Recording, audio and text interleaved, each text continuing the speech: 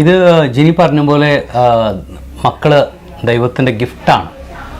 ആ ഗിഫ്റ്റ് കർത്താവ് കൊടുത്തിട്ടുണ്ടെങ്കിൽ നാളെ ഒരു ദിവസം കർത്താവിനെ കാണാൻ ഞങ്ങൾ തിരിച്ചെത്തുമ്പോഴവിടെ കർത്താവ് നമ്മുടെ കയ്യിൽ ചോദിക്കുന്ന ഒരു ചോദ്യമുണ്ട്.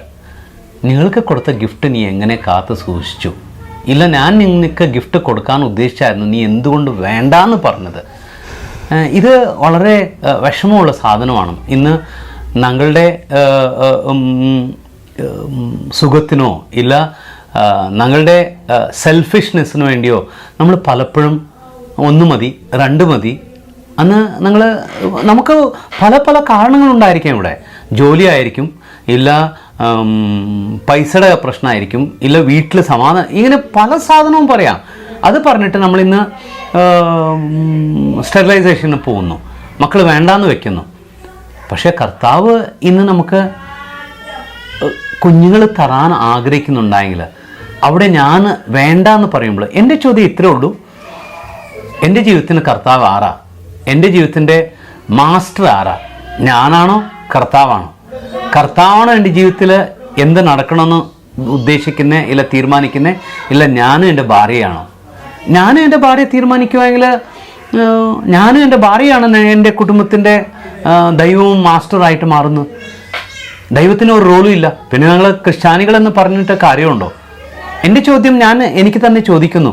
എന്തുകൊണ്ടെന്ന് പറഞ്ഞാൽ 3ാമത്തെ ഡെലിവറിയുടെ സമയത്തിൽ നമ്മുടെ മുമ്പിൽ വലിയൊരു പ്രശ്നം ഉണ്ടായിരുന്നു.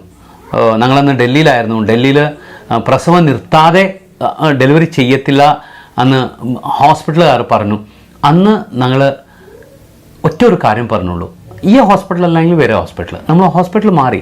പറഞ്ഞാൽ നമുക്ക് വളരെ കൃത്യമായിരുന്നു, കർത്താവ് ആഗ്രഹിച്ചാൽ എത്ര മക്കൾ തന്നാലും നമ്മൾ സ്വീകരിക്കും. അതുകൊണ്ട് അന്ന് ഹോസ്പിറ്റൽ മാറ്റി.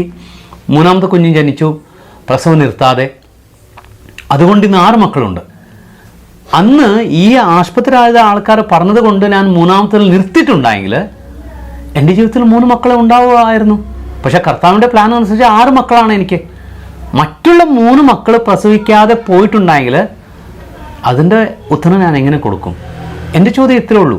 ഇന്ന് നമ്മളുടെ കംഫർട്ട്, നമ്മളുടെ പല പല കാര്യങ്ങളുണ്ടായിരിക്കും. ഇതൊക്കെ പറഞ്ഞിട്ട് 2 മതി 3 മതി എന്ന് പറയുന്ന ആൾക്കാരുടെ അടുത്ത് ഒറ്റ ഒരു ചോദ്യമുള്ളൂ: ദൈവം ഞാനാണോ എൻ്റെ ജീവിതത്തിൽ, എൻ്റെ കുടുംബത്തിന്? ഇല്ല ദൈവം ആ കർത്താവാണോ? ആരാണ് ഡിസൈഡ് ചെയ്യുന്നത്? ഇത് ചിന്തിച്ചാൽ മതി. ആമേൻ.